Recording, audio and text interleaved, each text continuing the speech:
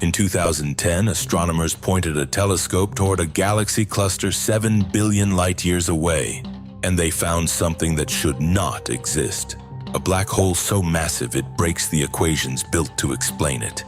Not millions of solar masses, not even billions in the way we normally understand big.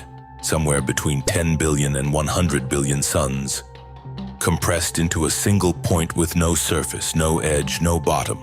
They named it Phoenix A. At first, it was just a number on a screen, a strange outlier, the kind of thing you double-check before you believe it. But the more they studied it, the less sense it made, because something this large shouldn't have had enough time to grow this large. The universe is old, 13.8 billion years old, but for Phoenix A to exist, that might not be old enough. And once scientists realized that, the real question stopped being, how big is it? It became, what does its existence mean for everything else we think we know? Here's the part that should keep you up at night. Phoenix A isn't just a record breaker sitting quietly in the dark. It lives inside the Phoenix cluster, a sprawling city of thousands of galaxies bound together by gravity, drifting through space as a single structure heavier than almost anything we've ever measured. And this cluster should be calm by now, cold, settled into old age the way most galaxy clusters its size eventually do. Instead, it's the brightest X-ray-emitting cluster ever observed. Burning, feeding, producing new stars at a rate that breaks the pattern we expect from a cluster this old. It's alive in a way it has no right to be. And if the models that built our understanding of the cosmos can't explain Phoenix A, what else don't they explain? This was never just a story about one black hole. It's a story about the limits of what we think we know, and how thin that knowledge might actually be. Try for a moment to actually picture it. Our sun could swallow more than 1 million Earths, and it already feels too large to hold in your mind. Phoenix A could swallow tens of thousands of objects the size of our sun. Sagittarius, a star, the black hole anchoring our entire galaxy. The one every star in the Milky Way orbits, including ours, is a grain of sand next to it. TON 618. NGC 1277, the other giants we've found. Phoenix A still dwarfs them. Even light, the fastest thing that exists, patient and ancient, would take days just to cross from one side of its event horizon to the other. Not years, days, but still, days for light to cross a single object. There is no human reference point for something like this.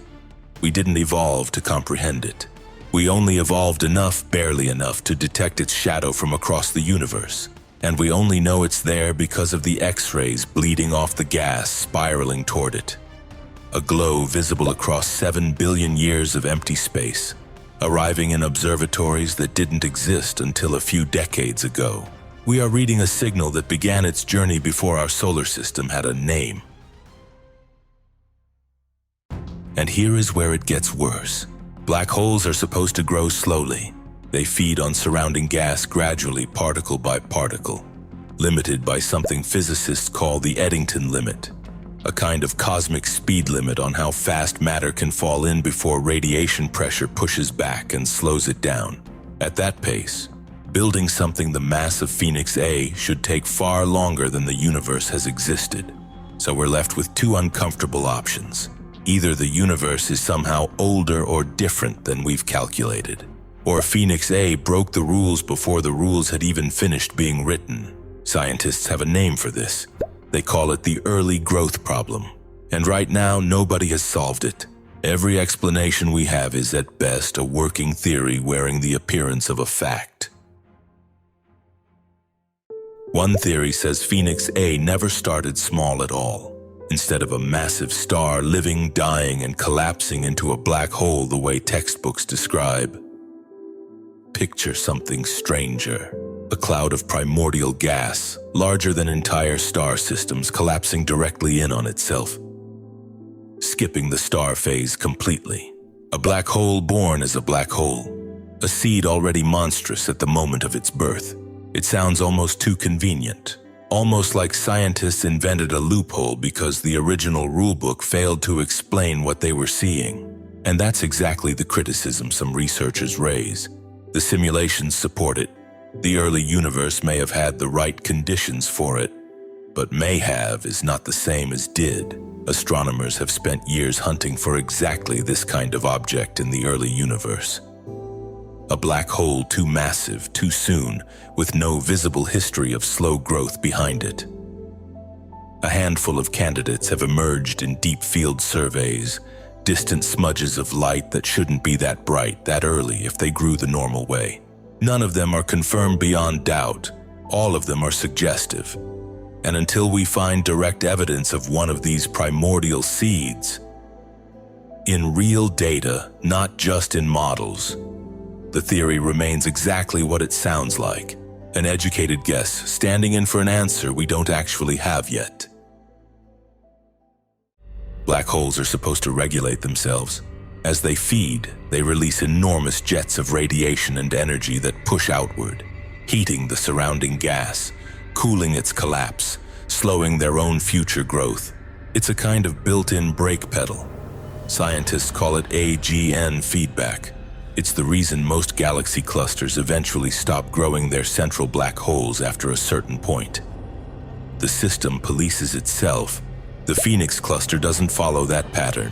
Despite hosting a black hole this active, this violent, this enormous, the hot gas around it keeps cooling, keeps collapsing inward, keeps pouring into the black hole instead of being pushed away. The brake pedal isn't working. Either Phoenix A has found a way around its own feedback loop, or we never understood the brakes in the first place. Astronomers have studied this exact mechanism in dozens of other clusters, using X-ray observatories to map the hot plasma, the radio telescopes to trace the jets pushing back against it. In almost every case, the pattern holds. The system polices itself, the way the models predict. Phoenix cluster is the exception that refuses to behave. And if the second option is true, if the brakes were never fully understood, then every other black hole we thought we had figured out might be hiding the same uncertainty, just less dramatically, waiting for someone to look closely enough to notice. Step back far enough and Phoenix A stops being a black hole. It becomes a mirror. Every law we use to describe the universe, gravity, time, mass, growth, energy, assumes that we've already seen its extremes, assumes nature has shown us where the boundaries sit. Phoenix A suggests otherwise. It suggests that somewhere out in the dark, between galaxies we will never visit, lit by light that left its source before our planet had even finished forming, the universe is still capable of surprising the very people who study it for a living. We didn't find Phoenix A because we were searching for a black hole. We found it because, for one brief moment, the universe let us see exactly how little we actually understand. And somewhere out there in clusters we haven't pointed a telescope at yet, in light that hasn't reached us yet, something even larger may already exist, waiting in the dark, waiting for the gas to fall in, waiting for someone someday to finally notice.